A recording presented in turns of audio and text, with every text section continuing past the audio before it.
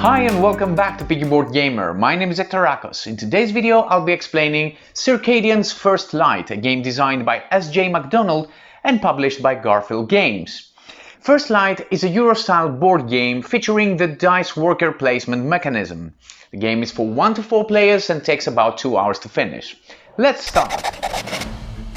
In the game, players are exploiting a newly discovered planet filled with valuable resources as well as intriguing and intelligent life forms.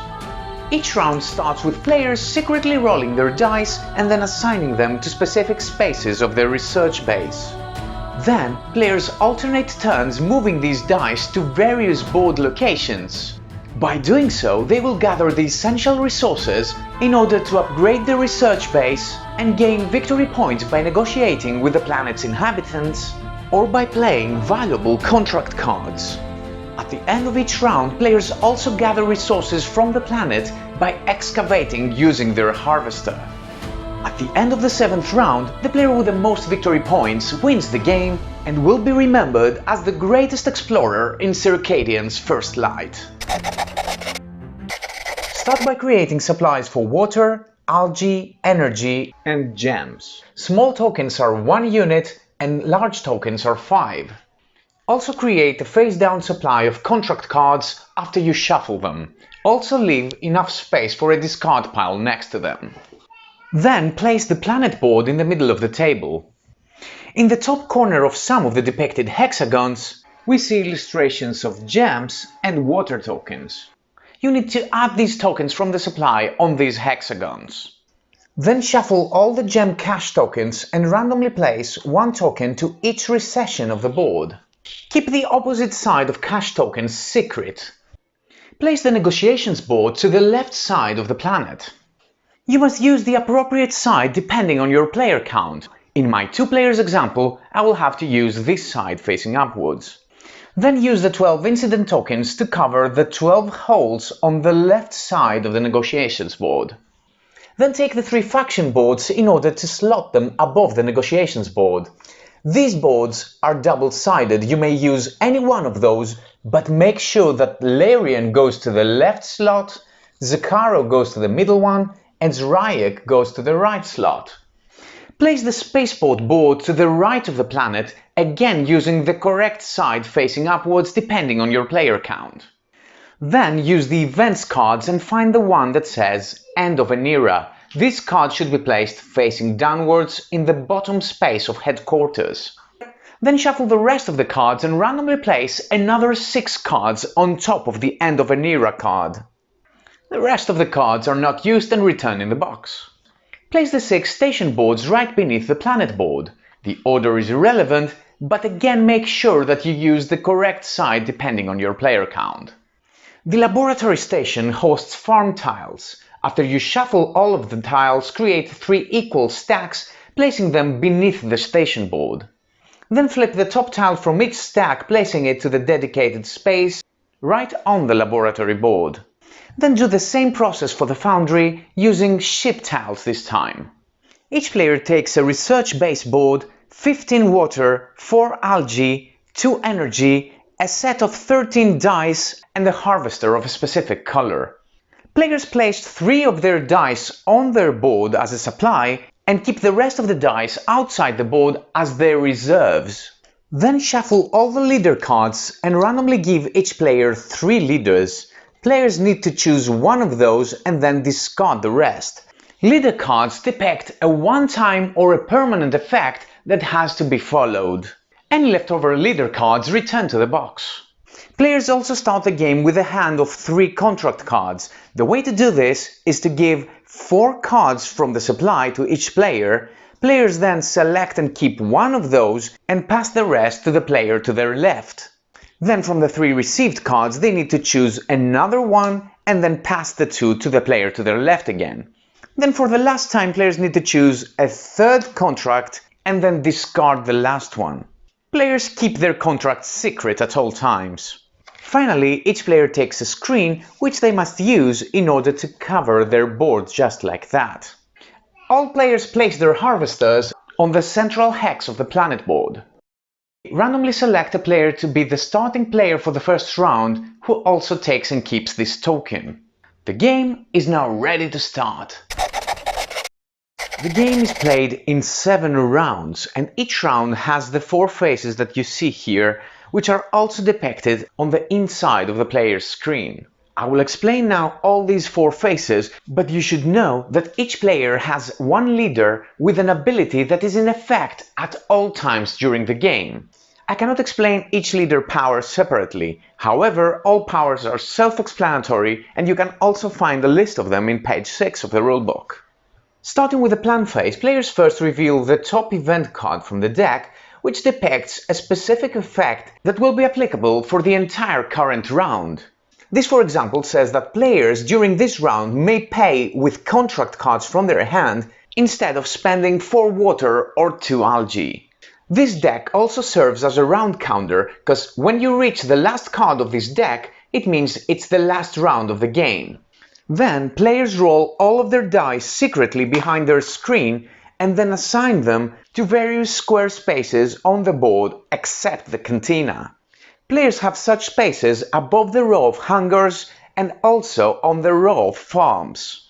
While dice may be placed on any square on their farms, players have to place dice above their hangars starting from left to right.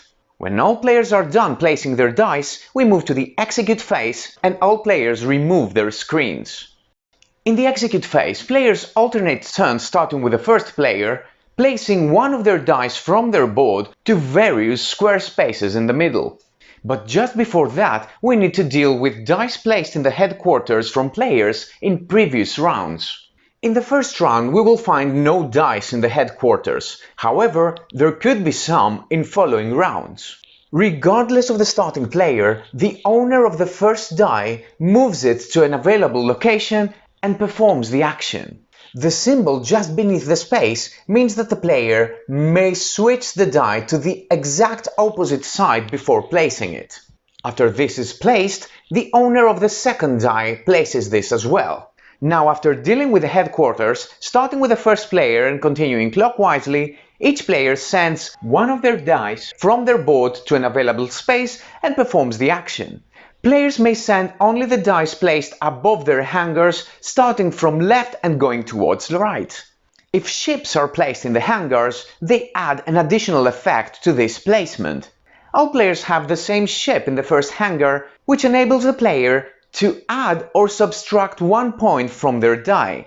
So before placing this die, I could make it a 4 or a 6. However, you should know that you cannot increase the value of a 6 die to a 1, and you cannot decrease a 1 to a 6. Also, above some spaces we see an algae cost. When placing this die, the player must spend the depicted cost. The first die, however, has no cost, so I place the die and I perform the action. Now it's the next player's turn. On my next turn, I have to place this die and also pay the cost of 1 algae. If players cannot or do not wish to pay the algae cost, they must move this die and all the rest of their dice on the row to the cantina. So if I had another die here, I would move all of these dice to the cantina and then gain 2 water for each die placed here from the supply. This will also end my execute phase. The rest of the players will continue playing clockwise until all of them have placed all of their dice. Now we'll explain all the actions players may perform by visiting the locations, starting with the 6 stations. Please note the symbols of all these locations, because some of them are depicted on contracts. For example, this contract says that whenever you visit the foundry location, you get a discount of 1 energy. Players may further develop their bases by adding ships on their hangars and also farms. To get a new ship, the player must either pay 2 energy or 10 water and then take the ship tile that corresponds to the value of the die. The player takes the tile and places it to the leftmost empty hangar of their base. Then the empty space is populated with another tile from the corresponding stack. And if there are no tiles remaining, then the space remains empty. Let's add some more ships to see the effects. When placing the die above this ship, the player can ignore the algae cost. When placing the die above this ship, the player may increase the value of this die by up to 2 points. Placing a die above this ship grants the player with a discount of 1 energy in whatever action they're performing. And with this one, the player may flip the die to the exact opposite side. Also, some of the tiles depict victory point values that will be granted to the player at the end of the game. To get a new farm, the player must place 2 dice of an equal value. The value is irrelevant. Then the player must pay either 3 algae or 10 water. Important! This is the only action that players are required to place 2 of their dice on one turn, and these 2 equal value dice must be one next to the other. Of course, the player must pay the algae cost for both of the dice. Only in such a case, the player takes the dice and places them in the laboratory. If players have a die in the headquarters, they can move it to the laboratory, but then the second die of an equal value must be found in the first hangar, which is also placed in the lab. After placing the dice and paying the cost, the player selects any one of the farms and places it to the leftmost empty farm space of their board. The powers of farms affect the harvest phase and will be explained later. By placing a die in the market, the player can trade. So I could, for example, spend 2 algae to gain 3 water, and this would be 1 trade. The value of the die indicates the number of trades that the player may perform. So I could spend 2 algae to gain 3 water, then another 2 algae to gain an energy, and finally 3 water to gain an energy as well. Next we continue with the mining camp, which players can use in order to gain gems. Gems are pretty important because during scoring each gem worths 1 victory point. After placing the die, you need to deduct the dice value from the X value shown in the same column. The result is the cost that the player must pay in water. So in this case, I need to pay 4 water and then gain 1 gem. But if I place the die here, I would have to pay 10 water and gain 2 gems. In the academy, players can gain additional dice. Each space accepts a specific die value, so a 4 could be placed in this space only. Next, the player spends the depicted cost in the same column and gets additional dice. So I could spend 2 algae and get 1 die, or 6 algae in order to get 2 dice. Additional dice are taken from the player's reserves and placed on the player's base. These dice will be used in the next round. The last station is the control room, with which players can move their harvesters on the planet. Following this diagram, the value of the die will determine the direction where we should move the harvester. So with the 2 value, the harvester should move to the right. If there are any resource tokens on the new location, the player instantly gains these resources. Harvesters that are located next to these arrow illustrations can move towards the arrow's location and then are transferred to the far opposite side of the planet, also having the arrow illustration and again getting any resource tokens that are there.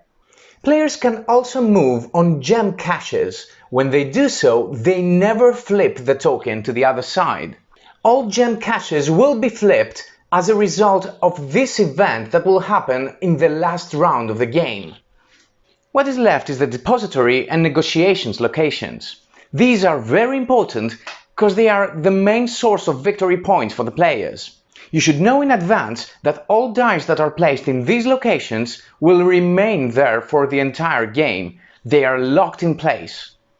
The depository is very important because it enables players to fulfill their contract cards by playing them in their personal tableau. The spaces on the depository are split to columns, each one indicating a specific die value. Some of the spaces could also be not applicable, as these spaces here that are only used in a 3-players game. So if I want to play a 4 die, I should use one of the 2 bottom rows, as the first one is already taken. Let's say I use this one. Now the player selects one of the contract cards in their hand and pays the cost indicated in the top left corner of the card. Playing the card means that the player will gain the victory points depicted in the top of the card, as well as the effect depicted in the bottom. So after this moment, whenever I use the foundry, I have a discount of 1 energy. Some contracts also award additional victory points at the end of the game. For example, with this one, you gain 1 victory point per die you have in the depository. After playing the card, the player also receives the row bonus depicted here. So I should gain 2 new contracts from the stack into my hand. With this one, the player gains an additional die, and with that one here, the player instantly moves their harvester 1 step to any direction. Finally, we have the negotiations board, where players buy victory points and possibly gain an advancement or even a setback. Players can place any die on any vacant slot, and after they pay the depicted resources, they will gain the victory points depicted on the space during scoring. After players place the die and pay the resources, they can make use of certain cards that are already played in their tableau. For example, with this one, each time you negotiate with a Zacaro, you gain an additional die. Next, the player may make use of the ability depicted in the corresponding faction board. This one says, swap the positions of any ship tiles on your research base. Then, players check if they gain an advancement. The first time a specific die value is placed in the negotiations board, the player moves the corresponding cylinder from here, moving it to the opposite side and then gaining a bonus. By placing a 5 here, I don't get any advancement. But if I played a 3 instead, I would take that cylinder and place it anywhere on this row and gain the depicted bonus. Bonuses here are to get all resources in the location of your harvester.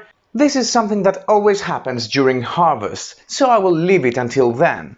With the next one, the player gains a free farm from the lab. With the next one, the player gains a free ship from the foundry. The next one is a free movement of your harvester, an additional die, or to gain a gem from the supply. After checking if you gain an advancement, you also need to check if you gain a setback, in which case the player takes one of these penalties. To do so, you need to add up the values of all dice in the specific faction area.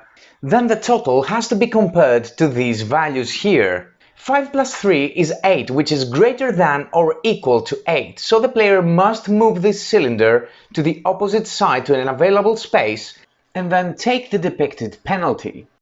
You also gain a setback if you've placed a die with a value that already exists in the corresponding faction area. If more than one condition is met, then the player simply moves any one of these cylinders. With this negative bonus, the player loses 2 contracts from hand. With the next one, the player loses 1 die. With the next one, the player loses 1 gem. With the next one, the player has to move the harvester 1 space towards the center of the board. With the next one, the player has to destroy one of their ships. And with the last one, the player has to destroy one of their farms. Important! The player must select one of the available penalties which they can afford to pay. So if I have no gems, I could not select this space.